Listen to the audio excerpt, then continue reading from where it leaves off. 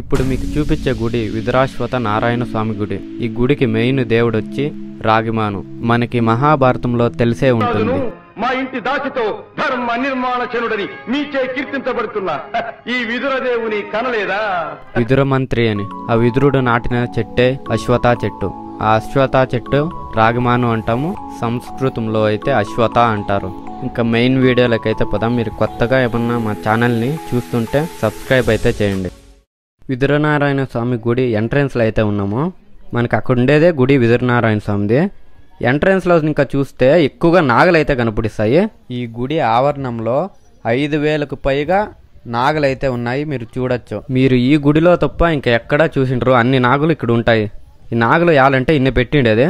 ఈ గుడికి వచ్చి కోరుకొని ఉంటారు. సంతానం లేకపోయినా, చరంకాయలో ఉన్నా, లేకపోతే ఏమైనా దోషాలున్నా ఇక్కడ నివారణ అయితే వాళ్ళు ఇక్కడ నాగులను అయితే ప్రతిష్టాపన చేస్తారు. వారి కోరికలు అయితే తీరనింకా. ఇప్పుడు విదురుని స్టోరీ అయితే తెలుసుకుందాము.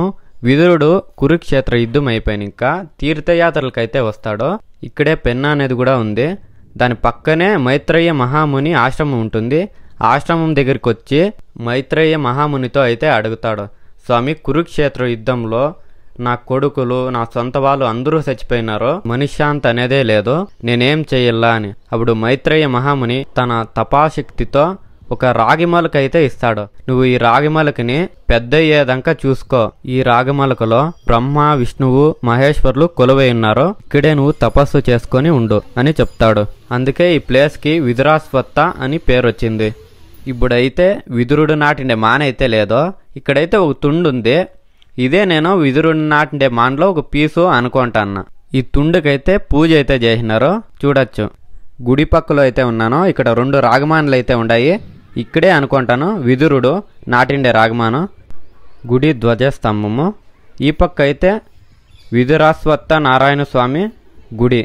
ఇంకా లోపలికి పోయి దర్శించుకుందాము.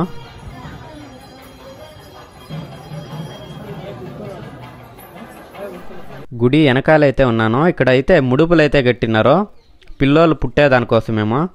చూడండి ఎట్లా కట్టినారో అని.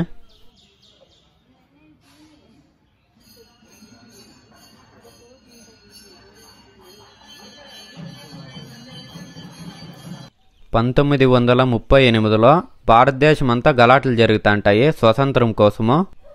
దాంతో బ్రిటిష్ వాళ్ళు అయితే ఒక ఆర్డర్ అయితే పాస్ చేస్తారో. ఆ ఆర్డర్ ఏమంటే భారతదేశంలో ఎక్కడ జెండానైతే ఎగరేయకూడదు అని. అది తెలిసిన లోకల్ పీపుల్ ఇక్కడ జెండానైతే ఎగరేస్తారో. అది బ్రిటిష్ వాళ్ళకి తెలిసి వాళ్ళు ఇక్కడికి వచ్చి వీళ్ళపైన దాడి అయితే చేస్తారో. కొంతమంది గాయాలు పడతారో, ఇంకొంతమంది చనిపోతారో. ఆ చనిపోయిండే వాళ్ళ జాగా అయితే ఇక్కడే ఉంది. ఇంకా ఇక్కడ ఒక మ్యూజియం అయితే ఉంది, అది చూద్దాం.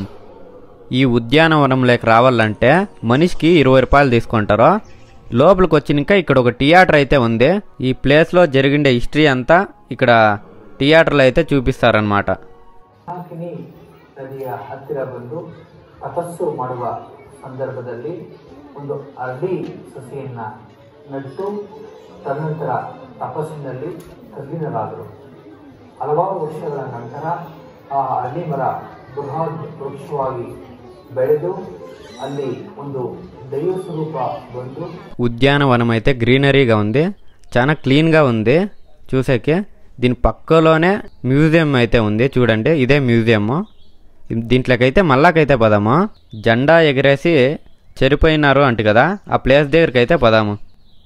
ఇదే ఆ ప్లేస్. ఆ స్తంభం ఉంది కదా, దానిపైన అయితే చెరిపోయిన వాళ్ళ పేర్లు అయితే చెక్కినారు, చూపిస్తాను చూడండి. వీళ్ళే చెరిపోయిన వాళ్ళు. జెండా ఎగిరేసి వీరమరణం పొందిన వాళ్ళ కోసం ఈ దీపము 24 గంటలు వెలుగుతూ ఉంటుంది ఇక్కడ.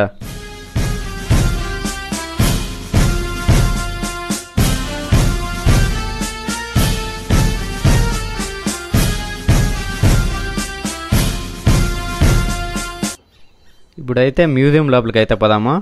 మ్యూజియంలోకి ఫోన్ అయితే అలో లేదంట. భారతదేశం కోసం పోరాడిండే ఫ్రీడమ్ ఫైటర్స్ ఫొటోస్ అయితే లోపల ఉంటాయి. మీరు ఎప్పుడైనా వస్తే చూడండి, బాగుంటుంది. వీడియో అయితే ఇంతే. మీకు నచ్చితే లైక్, షేర్, సబ్స్క్రైబ్ చేయండి.